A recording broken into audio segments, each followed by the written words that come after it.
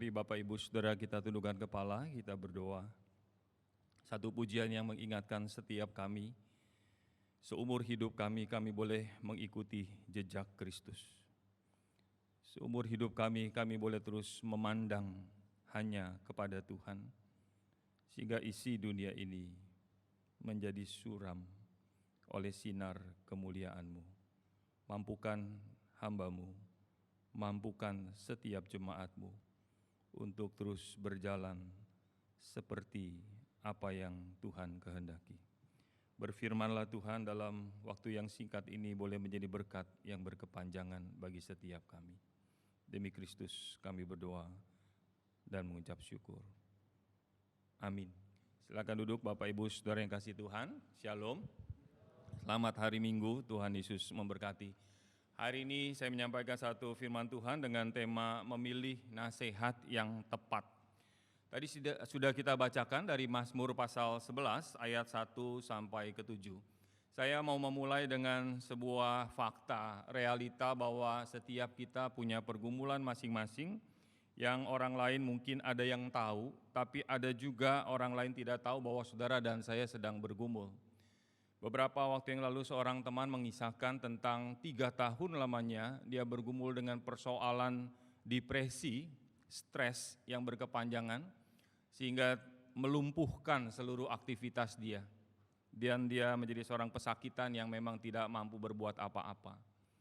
Bukan dia tidak tahu firman Tuhan, dia sudah tahu banyak firman Tuhan, dia belajar banyak firman Tuhan, tetapi dia katakan seolah-olah firman yang dia pahami, ibadah, kebaktian, dan segala sesuatu yang dia sudah lewati seperti nothing, seperti tidak ada artinya apa-apa.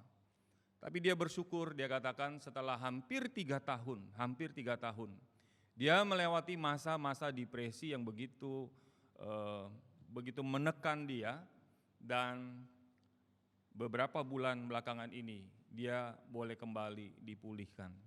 Saya bersyukur karena turut berbagian juga di dalam pergumulan rekan ini dan dia bersyukur juga atas semua kebaikan Tuhan dan doa-doa yang dia naikkan. Dia katakan kalau Yunus di dalam perut ikan selama 3 hari, tapi dia harus 3 tahun. Jadi cukup lama ya mengalami pergumulan. Saya tidak tahu saudara, ada di antara saudara mungkin yang cukup seminggu, ada yang sebulan, ada yang setahun, ada yang bertahun-tahun tidak pernah selesai dengan pergumulan-pergumulan kita. Saudara, ketika kita membaca Mazmur berisi begitu banyak pergumulan. Di dalam kitab Mazmur, pemazmur menyatakan ratapannya, lamentation, ratapan, keluhannya di hadapan Tuhan. Bertanya-tanya akan keraguannya. Jadi pemazmur juga bisa mengalami keraguan.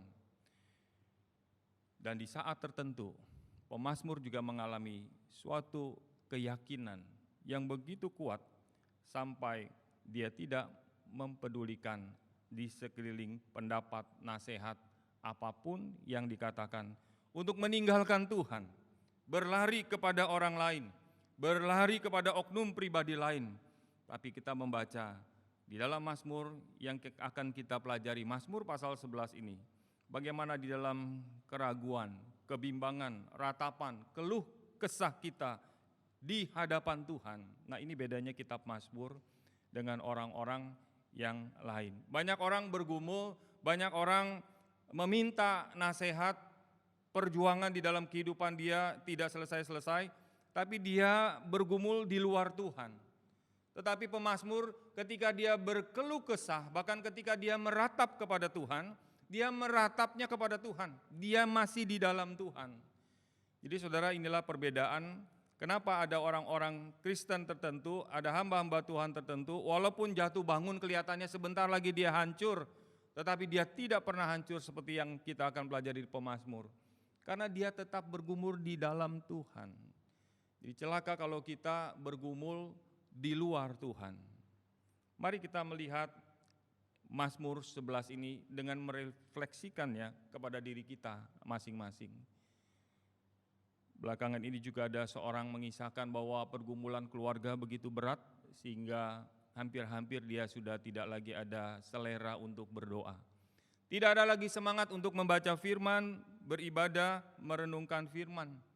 Karena seolah-olah doa yang dinaikkan tidak pernah naik kepada Tuhan. Saudara pernah mengalami seperti itu? Seolah-olah doa kita mentok sampai di plafon, gak bisa lagi tembus ke sorga. Saudara yang kasih Tuhan, saya katakan kepada orang ini, saya dan saudara, kita sama-sama mengalami. Kadang-kadang Tuhan izinkan pergumulan-pergumulan kesulitan, penderitaan terjadi dalam hidup kita, supaya ketika kita bergumul dengan Tuhan, nanti timbul mazmur-mazmur. Bukan hanya dari apa yang kita baca dari kitab Mazmur, tapi dari pergumulan pengalaman saudara dan saya berjalan bersama dengan Tuhan. Amin. Kita seringkali maunya hidup ini tidak ada pergumulan, tidak bisa. Justru pergumulan yang Tuhan izinkan terjadi dalam hidup kita, itulah yang dipakai Tuhan membawa kepada mazmur-mazmur yang indah bagi Tuhan dan bagi sesama. Mari kita melihat ayat yang pertama apa yang dikatakan oleh Daud. Ketika kita tahu kisahnya bagaimana dia bergumul dengan Saul, dengan orang-orang di sekelilingnya yang ingin menghabisi dia. Di dalam ayat 1 dikatakan, pada Tuhan aku berlindung. Bagaimana kamu berani berkata kepadaku, terbanglah ke gunung seperti burung. Kalau saudara baca Alkitab dari Perjanjian Lama sampai Perjanjian Baru, itu burung, binatang burung seringkali dipakai untuk gambaran tentang banyak hal. Ada burung pipit yang tidak berharga tapi diperhatikan Tuhan. Tapi di sini katakan pemazmur, bagaimana kamu berani berkata kepadaku, terbanglah ke gunung seperti burung. Burung Raja Wali salah satu burung yang terbang tinggi dan membuat sarang di pegunungan yang tinggi. Sehingga orang tidak dapat mudah untuk menjangkau sarang dari burung Raja Wali. Burung Raja Wali punya sarang tuh bukan 30 cm atau 40 cm, tapi bisa sampai 2 meter, besar sekali. Karena Raja Wali juga kalau terbang dia mengepakkan sayapnya juga bisa sampai 2 meter, 1 meter ke kiri, 1 meter ke kanan. Dan usia burung Raja Wali, saya membaca dari berbagai artikel, bisa sampai 20-30 tahun pada umumnya. Bahkan ada yang sampai 40-50 tahun. Ada kondisi tertentu bagaimana burung ini harus membiarkan dia punya bulu-bulu ini lepas, nanti di sarang itu dia akan ganti dengan bulu-bulu yang baru. Ini keunikan burung Raja Wali. Itu sebabnya ketika dihadang oleh badai, dihantam oleh badai angin seperti apapun, burung ini akan tetap terbang. Dan dia melatih anak-anaknya untuk terbang dari ketinggian, sehingga tidak ada yang intervensi mengganggu. Saudara yang punya anak, kalau kita sedang mendidik anak, lalu opa, oma, kakek, nenek intervensi untuk misalkan supaya anak itu tidak mungkin dipukul bagian belakangnya, supaya dia didisiplin, mungkin saudara akan terdistract, akan terganggu. Kita ingin tempat di mana enggak ada gangguan. Teman-teman, sahabat-sahabat dari pemazmur mengatakan kepada pemazmur, kenapa kamu tidak pergi saja ke tempat gunung yang tinggi, di mana tidak ada gangguan. Kamu bisa bawa persoalan kamu, pergumulan kamu, kesulitan kamu, sakit hati kamu ke sana, enggak ada orang, ya kamu sendiri aja di sana. Artinya supaya kamu lepas dari persoalan-persoalan yang ada. Bukankah seringkali saudara dan saya juga dikasih nasihat seperti ini? Udah lari aja daripada masalah, ngapain? Kamu pergi aja ke tempat-tempat yang tenang, kamu pergi ke tempat-tempat yang jauh, supaya kamu bisa menyelesaikan masalahmu. Bukan berarti saudara tidak boleh kontemplasi, tidak boleh mencari saat yang tenang di satu tempat untuk bergumul dengan Tuhan, bukan seperti itu. Tapi teman-teman, sahabat, orang-orang yang ada di sekitar Daud pemazmur ini mengatakan sudah lupakan saja prinsip-prinsip yang kamu pegang selama ini, toh masalah kamu tetap ada. Lebih baik kamu cari ke satu tempat, pergi sana seperti burung ke atas gunung yang tinggi, sulit dijangkau, aman di tempat itu. Dan dari tempat ketinggian, seekor Raja Wali dia dapat mengamati dengan pandangan yang lebih luas, dia akan lebih mudah. Jadi orang-orang seperti ini memberikan satu pandangan, pemahaman, ada cara lain supaya kamu tidak usah bergantung pada prinsip-prinsip firman Tuhan. Tadi waktu kita nyanyikan pujian, ikut jejak Kristus, pandang hanya kepada salib Kristus, itu tidak mudah, saudara. Karena ada begitu banyak kita memandang bukan kepada Tuhan, tapi memandang kepada dunia, memandang kepada persoalan yang saudara dan saya hadapi. Saya mengutip seorang teolog berkata tentang seorang rabi, guru Yahudi, yang hendak migrasi pindah ke Amerika. Rabi ini, guru orang Yahudi, kita tahu sejarah orang Yahudi dibantai oleh Adolf Hitler, jutaan, lebih dari 5-6 juta menurut beberapa catatan di dalam sejarah kelam. Maka orang-orang Yahudi ketika dengar kata Adolf Hitler, hatinya bagaimana, saudara? Kalau saudara dan saya orang Yahudi, langsung kebayang, ini orang yang begitu kejam, ini orang yang begitu sadis. Maka orang guru ini, guru orang Yahudi ini, ketika dia mau berangkat, dia mau pindah dari tempatnya di Israel, pindah ke Amerika, ke komunitas orang Yahudi, dia bilang begini, sebelum saya datang sampai ke Amerika, saya harus mengampuni Adolf Hitler, katanya. Saya tidak mau membawa Hitler dalam hati saya ke negara baru di mana saya akan tinggal di sana. Maksudnya di Amerika. Walaupun dia bukan pergi ke negaranya si Adolf Hitler, tapi dia pergi ke Amerika, tapi rabi Yahudi ini yang punya sejarah kelam bangsanya dengan Hitler berkata, aku tidak mau membawa Hitler. Artinya apa, saudara? Dia tidak mau membawa kepahitan, sakit hati, kebencian terhadap seorang Hitler ketika dia pindah migrasi ke negara lain yang namanya Amerika. Waktu saya baca bagian ini, betapa pentingnya saudara dan saya dikupas di dalam buku itu, bagaimana begitu besarnya kasih anugerah Tuhan bagi saudara dan saya, termasuk untuk mengampuni orang yang pernah bersalah kepada saudara.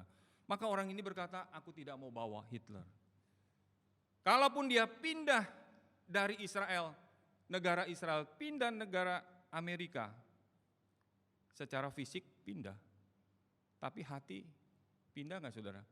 Apa yang ada di dalam hati kita bisa pindah? Segala yang nggak enak dalam hati, dalam pikiran nggak bisa. Maka dia katakan, sebelum saya angkat koper pindah ke Amerika, saya harus mengampuni, tidak boleh membawa Hitler. Jadi persoalannya, saudara, bukan badan kita yang pindah, tapi urusan hati kita mau kemana. Hati kita, apakah kita arahkan kepada Tuhan, kepada kayu salib Kristus, atau tetap hati kita di situ aja nggak pindah-pindah, tapi badan kita pindah. Tidak akan menyelesaikan persoalan. Itu sebabnya pemazmur tahu, bagaimana kamu berani berkata kepadaku, terbanglah ke gunung seperti burung. Kamu pikir kalau aku terbang pergi ke tempat tinggi, aku bisa selesai persoalan pergumulan? Enggak bisa. Jadi persoalan banyak orang adalah persoalan hatinya ada di mana. Ini tadi rabi Yahudi mengingatkan kita, kalau ada segala sesuatu yang ada dalam hati, saudara mau pergi kemanapun juga enggak akan selesai. Tapi kalau hati kita tahu Tuhan mengampuni, maka kita belajar mengampuni orang yang bersalah kepada kita. Kita tidak membawa persoalan seperti rabi Yahudi ini bergumul persoalan dengan Hitler, dia dibebaskan dan dia bisa menjalani hidup yang baru. Kalau saudara baca 1 Raja-Raja pasal 12 ayat 10, nasihat bisa datang dari berbagai pihak, termasuk pihak orang-orang yang kelihatannya bersama dengan kita. Mari kita baca membandingkan Mazmur 11 dengan 1 Raja-Raja 12 ayat 10, 1, 2, 3. Lalu orang-orang muda yang sebaya dengan dia itu berkata, beginilah harus kau katakan kepada rakyat yang telah berkata kepadamu, ayahmu telah memberatkan tanggungan kami, tetapi engkau ini berilah keringanan kepada kami.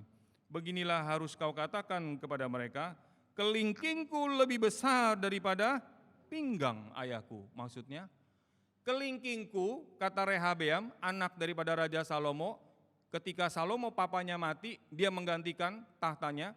Sekarang orang-orang pada datang bilang, Rehabeam, tolonglah kurangi pajak, kurangi semua biaya-biaya ditanggungkan kepada kami.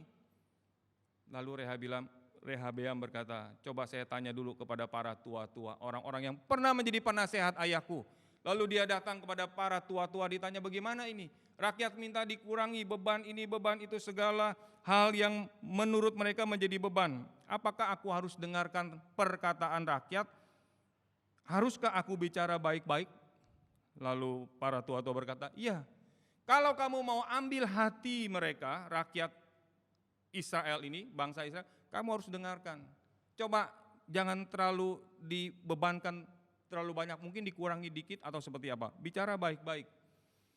Tetapi Rehabeam justru sebaliknya. Kalau saudara membaca 1 Raja-Raja pasal 12, dia bukan mendengarkan para tua-tua, dia malah panggil teman-teman sebayanya. Yang dari kecil sama-sama dibesarkan di lingkungan istana.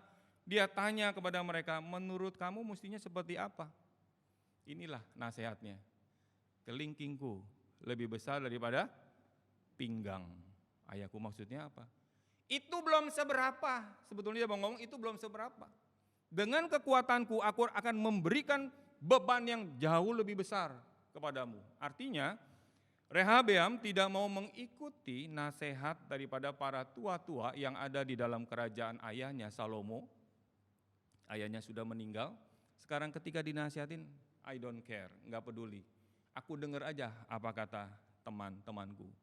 Bukankah teman-teman pemuda remaja di tempat ini, ketika kita mendengar nasihat dari orang tua kita, dari orang-orang yang sudah banyak makan asam garam, yang sudah lebih berpengalaman, kita enggak terlalu nyaman. Kita lebih senang dengar kalimat nasihat dari orang-orang yang teman-teman kita sebaya. Sekali lagi, bagian awal, pilihan mendengarkan nasihat ada di tangan saudara dan saya. Walaupun kita tahu, akhirnya, ujungnya, hasilnya ada di dalam tangan Tuhan. Amin, saudara. Ini bagian awal mau mengatakan pada saudara, kalau di tengah-tengah persimpangan, saya ambil jalan kiri atau kanan, atau saya lurus, ini ada beberapa alternatif. Mari kita datang dulu kepada Tuhan. Apa yang kita pernah pelajari, apa yang pernah kita hidupi, pengalaman berjalan bersama dengan Tuhan. Haruskah aku ambil A atau ambil B, atau aku lurus? Nah, pilihan-pilihan itu ada di tangan saudara. Pemazmur pun ditawari pilihan, haruskah aku pergi ke gunung tinggi seperti burung, seolah-olah hilang dari masalah, padahal masalah tetap ada di bawah, bahkan sampai ke gunung, sampai ke negara-negara manapun saudara pergi. Bersyukur pada Tuhan, pemazmur melanjutkan ketika ditanya, maukah kamu melarikan diri dari persoalanmu? Maukah kamu mendengar nasihatku? Bagian kedua, pemazmur menyadari ada kejahatan yang merajalela di sekelilingnya. Bahkan dikatakan ayat 2 dan 3 kita baca bersama-sama. Sebab lihat, orang fasik melentur busurnya. Mereka memasang anak panahnya pada tali busur untuk memanah orang yang tulus hati di tempat gelap. Apabila dasar-dasar runtuh, apakah yang dapat dibuat oleh orang benar? Artinya apa, saudara? Dia katakan, lihat, tidak ada lagi ruang. Bahkan di tempat yang gelap sekalipun, orang fasik, orang jahat ini ambil busur, hendak memanah orang benar. Orang fasik ini menguasai keseluruhan tatanan, sampai tidak ada lagi tempat untuk orang benar. Kurang lebih seperti itu ayat 2 dan ayat 3. Maka dia katakan, kemana aku harus pergi? Inilah pergumulan yang sesungguhnya terjadi. Bukankah saudara dan saya juga sering seperti pemazmur? Saya mau lari kemana Tuhan? Semua sudah dikuasai oleh orang fasik. Seolah-olah tidak ada lagi tempat bagi orang benar.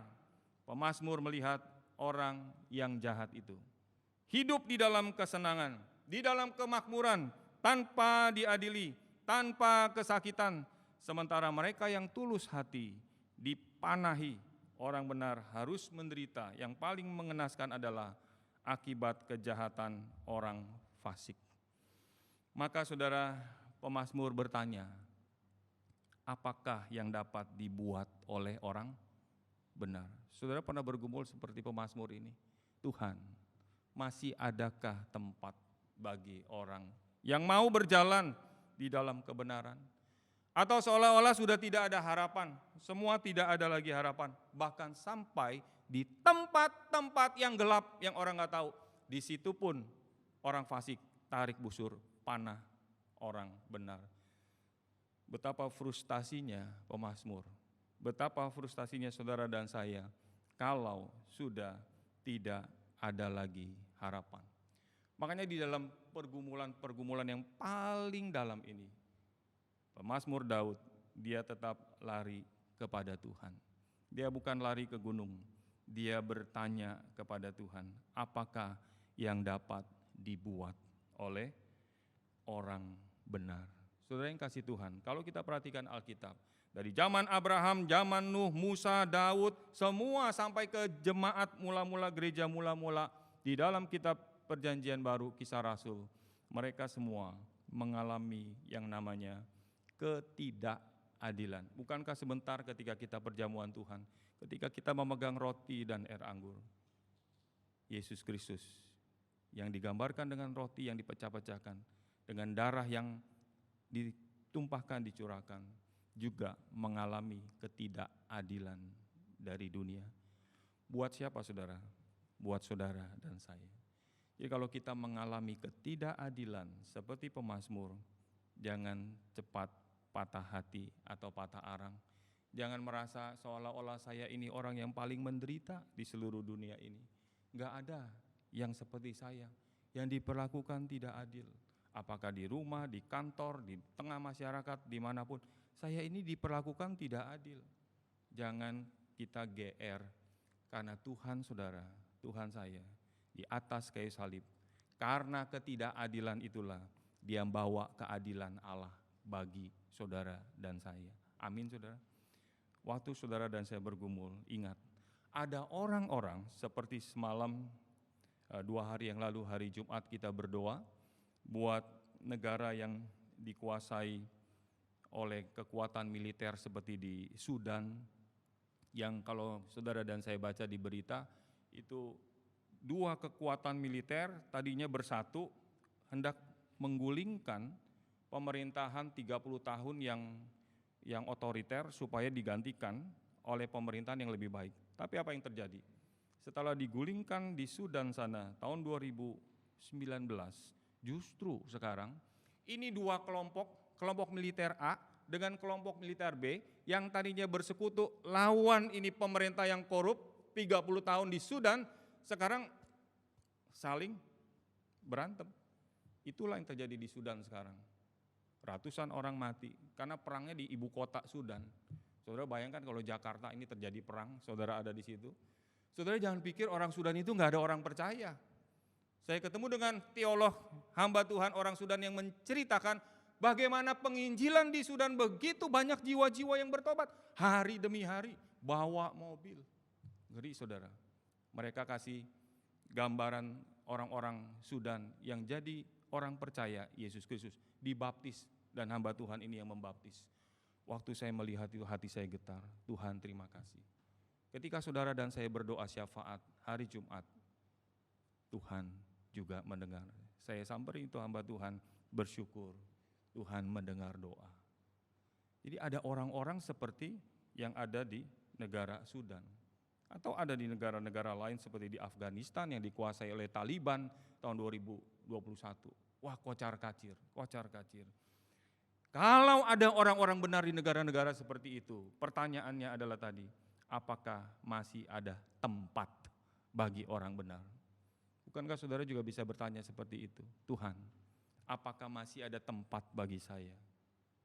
Ketika kegelapan sudah dikuasai, bahkan fondasi-fondasi, dasar-dasar runtuh secara sosial, ekonomi, semua seolah-olah sudah tidak ada tempat. Ini pergumulan yang tidak main-main, begitu berat. Ketika orang ada dalam satu komunitas, ada dalam satu negara melihat enggak ada harapan lagi. Lalu dia bertanya kepada Tuhan, karena pemazmur ini selalu berdoa, dia naikkan doanya kepada Tuhan.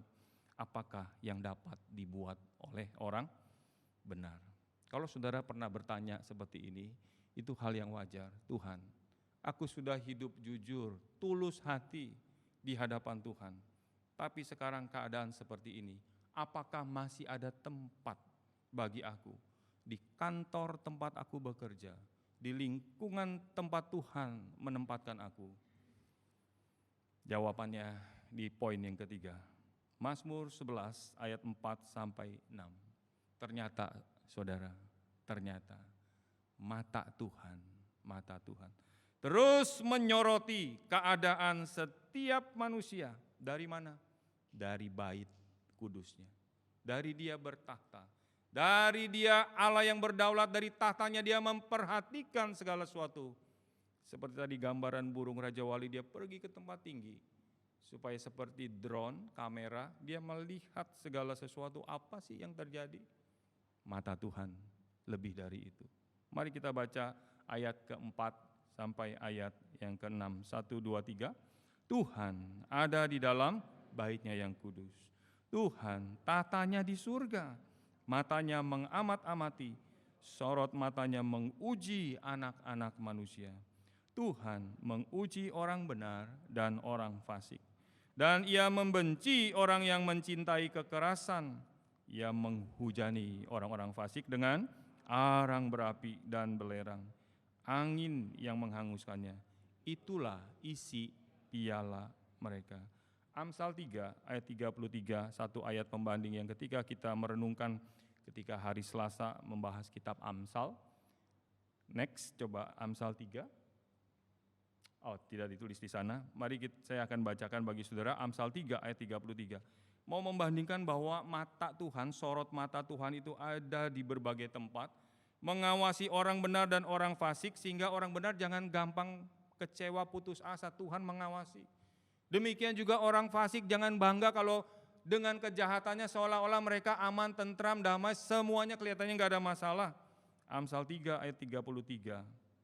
Kutuk Tuhan ada di rumah orang fasik, tetapi tempat kediaman orang benar diberkatinya. Amin, saudara.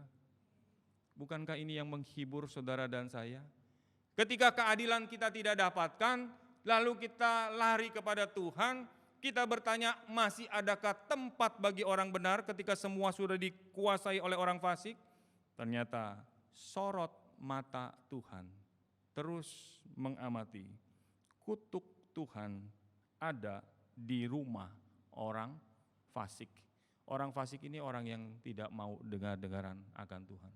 Yang mau dengan jalannya sendiri, yang mau melawan Tuhan dan begitu sombong, begitu bangga bahwa dia mampu menghadapi semuanya. Tetapi tempat kediaman orang benar diberkatinya. Bagian ini menghiburkan saudara dan saya. Ketika kita tidak lagi tahu mesti kemana, lalu kita memandang kepada sorga seperti pujian tadi. Aku memandang kepada kayu salib melihat Yesus Kristus. Maka semua yang ada menjadi sirna. Tawaran-tawaran, nasihat-nasihat dari dunia untuk melakukan sesuatu yang tidak seperti apa yang Kristus lakukan, akhirnya semua tidak lagi mempengaruhi saudara. Aku pilih untuk memandang, berjalan bersama Tuhan. Saudara, ketika orang fasik tadi dihukum, kasih belerang, dihajar dengan api, orang benar bagaimana? Saudara dan saya bagaimana? Orang benar, saudara dan saya diproses di dalam kekudusannya, supaya saudara dan saya semakin serupa Kristus. Nah, ini proses supaya menjadi serupa seperti Kristus nggak gampang. Karena waktu diproses memang tidak enak. Sementara orang fasik dihujani api dan belerang. Kalau saudara punya pemahaman yang clear soal ini, maka segala sesuatu yang terjadi, kita balik lagi kepada firman Tuhan. Iya Tuhan, iya, kami bersyukur Engkau memperhatikan. Bukan hanya orang benar, tapi rumah orang fasik juga Tuhan perhatikan. Bukan hanya orang fasik, tapi orang benar pun Tuhan perhatikan, dua-duanya. masing-masing Tuhan perhatikan. Orang fasik dihujani api dan belerang seperti kota Sodom dan Gomora. Sementara orang benar, rumah orang benar diberkati oleh Tuhan. Artinya suami, istri, anak-anak, cucu, menantu ada berkat Tuhan. Bukankah itu yang saudara dan saya rindukan? Segala sesuatu boleh berkelimpahan, tapi kalau tidak ada berkat anugerah Tuhan, menjadi kering, menjadi tidak ada artinya apa-apa.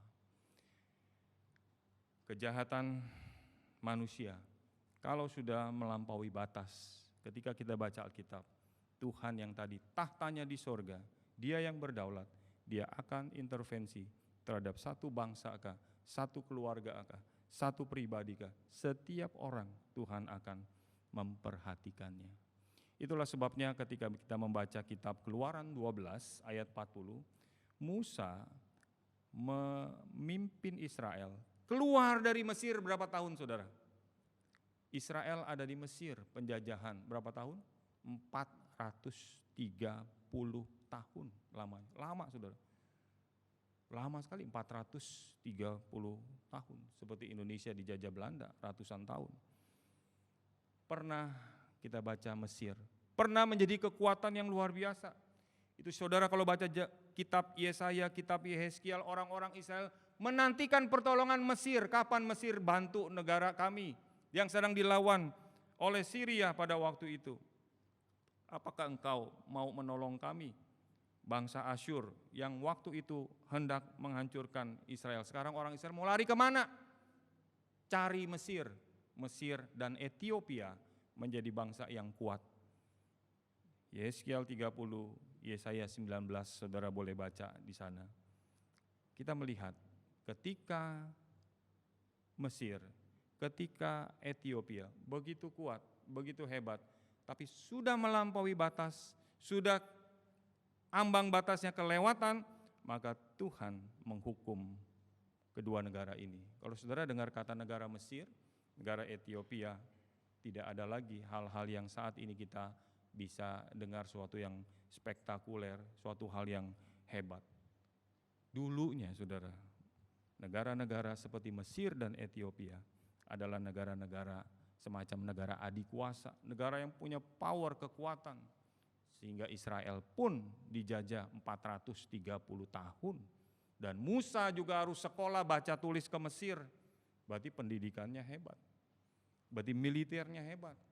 Tetapi ketika melewati batas tertentu, Tuhan di tahtanya cukup Mesir, cukup Ethiopia, Tuhan ambil tindakan. Inikah yang menjadi penghiburan bagi pemazmur dan bagi saudara dan saya? Waktu kita tahu tidak ada pengharapan, lalu kita melihat Tuhan bertahta. Dia menegakkan keadilan, mana yang benar, mana yang salah, Dia memberkati dan mana menghukum. Dia tahu menghukum, Dia Allah yang adil. Adil artinya tidak berat sebelah. Adil artinya mengambil keputusan berdasarkan kebenaran, bukan perasaan. Yang terakhir, pemazmur di ayat 7 berkata, Tuhan, tunjukkan keadilan-Mu. Sebab Tuhan itu adil. Dan Ia mengasihi keadilan, orang yang tulus akan memandang wajahnya. Mari kita baca ayat terakhir ini bersama-sama. Sebab Tuhan itu adil, dan Ia mengasihi orang yang tulus akan memandang wajahnya. Mengasihi keadilan, orang yang tulus akan memandang wajahnya. Orang yang tulus akan memandang wajahnya. Saudara, ketika membaca Kejadian pasal 18 ayat 25, terjadi negosiasi antara Abraham yang mempertanyakan apakah Tuhan benar-benar adil. Kalau Tuhan benar-benar adil, di kota Sodom ada keponakan saya yang namanya si Lot. Dia orang benar. Dia saya sudah ajarkan bagaimana mengasihi dan percaya kepada Allah Israel. Sekarang haruskah orang-orang ini, Lot dan keluarganya, dibinasakan di kota Sodom? Maka di ayat 25, dari pergumulan seorang beriman namanya Abraham, dia berkata apa? Tidak mungkin engkau berbuat demikian. Maksudnya tidak mungkin Tuhan menghabisi Allah yang adil masa seperti ini? Membunuh orang benar bersama dengan orang fasik? Itu tidak mungkin bagimu. Bagaimana mungkin hakim seluruh bumi tidak berlaku adil? Saudara, jangan meragukan keadilan Tuhan. Amin. Saya pun tidak usah meragukan keadilan Tuhan. Abraham mempertanyakan, mungkinkah Tuhan hakim yang adil hukum orang benar sama-sama orang fasik? Maka Tuhan bilang, oke, kamu mau argue, mau tawar-menawar seperti apa? Musa mulai dengan angka 50 orang benar. Gini aja dah, Tuhan, dalam doanya terjadi tawar-menawar tanda petik. Dia berkata, Tuhan, kalau ada 50 orang benar di kota Sodom, satu kota ada 50 orang benar saja, masa Tuhan akan habiskan, kirim api dan belerang? Tuhan bilang apa? Enggak. Kalau ada 50, ternyata dicari-cari tahu, enggak nyampe 50. Diskon lagi 5. Gimana kalau 45? 45 lah Tuhan. Tuhan bilang, oke, kalau ada 45, aku juga tidak akan habiskan. Cari lagi, enggak ada 45. Turun lagi menjadi 40. Bagaimana kalau 40? 40 tawaran ketiga dicari-cari juga enggak ada. Aduh, Abraham mulai frustasi. Ini satu kota cari 40 orang kok susah banget. 40 orang benar, enggak ada, semuanya rusak semua moral perbuatannya, orang fasik. Tawar lagi jadi 30, enggak ada juga. Tawar lagi jadi 20, enggak ada juga. Aduh, Abraham udah malu dah. Gimana ya, masih doa syafaat enggak ya? Masih mau doa enggak ya? Doa enggak, kayaknya percuma dah. Akhirnya Abraham memberanikan diri, gini aja lah Tuhan. Bagaimana kalau ada 10 orang? Kalau ada 10 orang, bolehkah Tuhan, hakim yang adil, jangan habisi kota Sodom? Ternyata setelah dicek, cari tahu, ada? Enggak ada. 10 pun enggak ada. Ternyata cuma ada siapa? Lot, istrinya, anaknya 2, calon mantu 2, 6. Calon mantu belum jadi mantu. Makanya waktu Lot bilang, ini Tuhan bilang akan menghukum kota ini, Sodom ini dengan api dan belerang. Ayolah, 2 orang ini menantunya dikasih tahu, dia bilang, canda aja papa mertua. Kok mana mungkin Tuhan kirim api dan belerang? Dia nggak percaya. Dan akhirnya yang keluar dari Sodom berapa orang? Hanya 4. Lot, istrinya, kedua anak. Itu pun istrinya di tengah perjalanan gimana? Menoleh ke belakang. Akhirnya Tuhan hukum dia. Kalau saudara pergi tur ke Israel, biasanya diajak lihat, inilah tiang garam istri Lot. Yang nggak tahu juga itu apakah benar-benar, kemungkinan itu bukan ya. Tapi ini gambaran di Alkitab katakan memang Tuhan menghukum istri Lot. Saudara yang kasih Tuhan, memandang wajah Tuhan, melihat dari tahta, dia akan mengadili, menghakimi, kalau perlu menghukum, mengutuk segala hal yang Tuhan pandang harus diberlakukan. Membuat saudara dan saya harusnya, tadi pujian sebelum kita dengar firman, pandanglah wajah Tuhan. Amin. Musa memandang wajah Tuhan. Wajahnya begitu bersinar, bukan pakai foundation, pakai krim, pakai apa, mengkilap begitu. Ada orang yang habis ke salon kecantikan atau mukanya jadi tiba-tiba mengkilap. Tapi ini Musa nggak pergi ke salon, waktu itu belum ada salon. Jadi waktu dia berhadapan bicara dengan Tuhan, maka wajahnya bercahaya. Itu baru Musa, sampai orang Israel bilang, tutupin mukanya Musa. Kenapa? Gak tahan lihat wajah Musa yang begitu bersinar, karena sering berbicara, berdiskusi, memandang wajah Tuhan. Ini wajah Tuhan tentunya gambaran, bukan sesungguhnya wajah seperti saudara pandang wajah saya pandang wajah saudara, bukan seperti itu. Ini gambaran tentang begitu intim, begitu akrabnya. Jadi kapan dong Pak kita lihat wajah Tuhan? Saudara pengen lihat wajahnya Tuhan gak? Kalau saudara lihat wajah gambar Yesus Kristus, itu cuma orang artis yang gambar itu ya bisa jadi geser-geser dikit wajah orang Yahudi dengan rambut yang panjang, dengan jenggot yang panjang dan sebagainya, tapi nggak benar-benar seperti itu pasti. Tapi satu hari, saya baca di Wahyu pasal 22 ayat 3 sampai 4. Tahta Allah dan tahta Anak Domba akan ada di dalamnya dan hamba-hambanya. Kalau saudara hamba Tuhan, saya hamba Tuhan, akan beribadah kepadanya. Mereka akan apa sama-sama? Melihat wajahnya. Ada pujian, saya ingin bertemu dengan Yesus. Terus gimana? Saya ingin memandang wajahnya. Benarkah saudara dan saya ingin memandang wajah Tuhan? Ada yang begini-begini tadi saya lihat di belakang, takut. Betul saudara.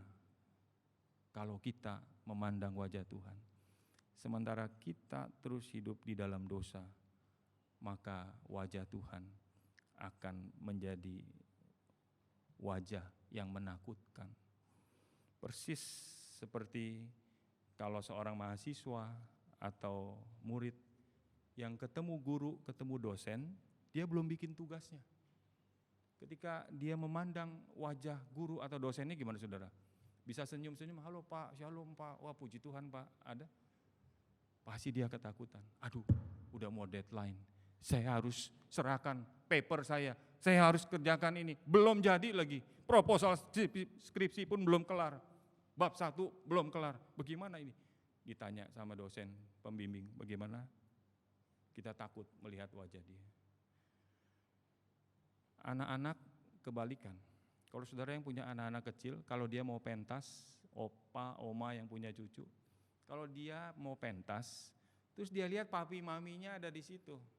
Kira-kira yang punya anak mau pentas gimana pentasnya? Makin semangat gak? Kalau dia mau nari, terus lihat, oh mami ada di sana.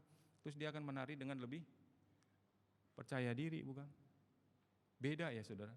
Ada orang yang memandang wajah dosen, wajah guru, atau wajah siapapun, ketika dia belum melakukan tugas tanggung jawabnya, dia begitu takut.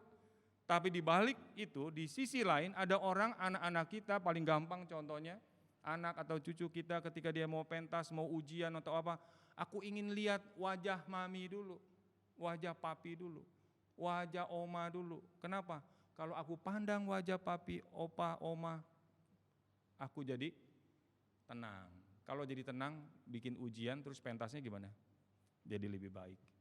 Pertanyaan bagi saudara dan saya, kalau saudara disuruh memandang wajah Tuhan, saya disuruh memandang wajah Tuhan, kira-kira saudara rindu atau saudara takut?